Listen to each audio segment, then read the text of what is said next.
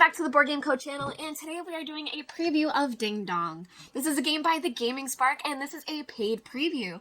This is a project that is currently on Kickstarter, and this is going to show you a little bit more about how the game is going to play.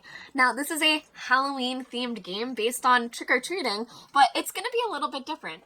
So in the game, you are going to be having these different people that are being visited by children. So the children are all here kind of causing mayhem. They are trick-or-treating, you have candy that you can give them, but if you don't, they're going to do very naughty things to your house.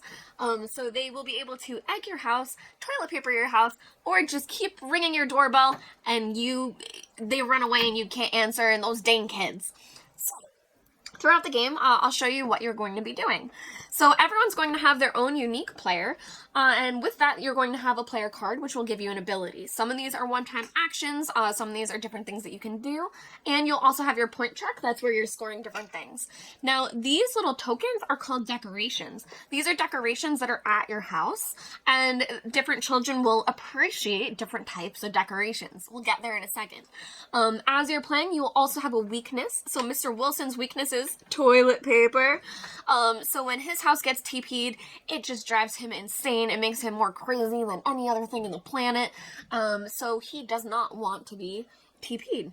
So what's going to happen is, say it's Mr. Wilson's turn, we are going to draw a child, and we have a superhero. So there are 4 different things you can do on your turn. The first is to just let them attack your house. If they're attacking your house, it's going to be this symbol. So this is one that's going to ring the bell and run. So it's not the worst for us. They're not a toilet paperer, but it's still not helpful for us, and not something that we want to happen. Now the other things that we can do is, you can see that we have 2 orange candies, and there is an orange, yellow, and blue candy spot. So we can give her orange candy. When you give someone candy, they will move on to a different player of your choice. So you can get to choose who to send them to. You'll be able to do that. And I do have a ghost decoration. You can see that she likes ghosts and cobwebs. So I could give her this ghost decoration, and that means that I'll be able to score her. She'll move on to my player area, and that is now a child that I will be able to score. The only children that you can score are the ones with decorations. Now, the other thing that you could do, which is the 4th ability, is using your ability. So this is score a kid without spending a decoration. So let's say I didn't have either of these, but I still wanted to score this child. I could just take them with my ability. It is a one-time ability, so it's not crazy that you could keep doing that, but those are the 4 options that you have. So if you give a child candy, let's say that I gave her an orange candy to pass her along over to Mrs. Jackson, you can see that Mrs. Jackson, yeah, they can actually all kind of work out, because Mrs. Jackson has a blue candy. She can give the blue candy to her and then send her over to Dr. Naveen. Dr. Naveen, he does have a ghost thing, so he could just score her, or he could spend a yellow candy just for her to go on her merry way, and she is a happy kid with 3 candy at the end of the game.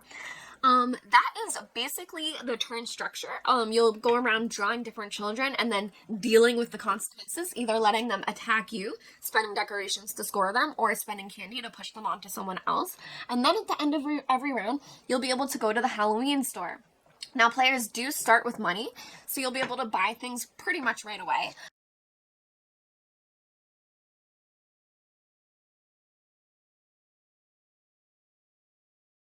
However, if you don't have any money, you can gain 3 money instead and draw a card. Now, these cards we haven't gone over yet. It's the last thing for me to show you, which I will do now. Isn't that convenient? So these action cards are different cards that you'll get throughout the game, and they do different fun things. So this is, you can draw 2 treats and keep one. There's remove an opponent's candy. So you can take candy away from their board. You can reveal a player's weakness. You can draw 2. We did that one. Let's see, remove 1 next door decoration. So you can do different things to also, mess up the other players. You do start with cards, and then you can also gain more throughout the game. This is a pretty quick game. It's a cute Halloween-themed one that's meant to give you that feeling of children quickly running around trying to cause as much mayhem as possible. The game is going to run around 5 minutes of players, so it is a very quick game. It's for 2 to 5 players, and that has been Ding Dong. I hope that you appreciated this preview. Again, this was a paid preview by Board Game Co, and you can check out the Kickstarter, which will be linked below. Thank you for watching.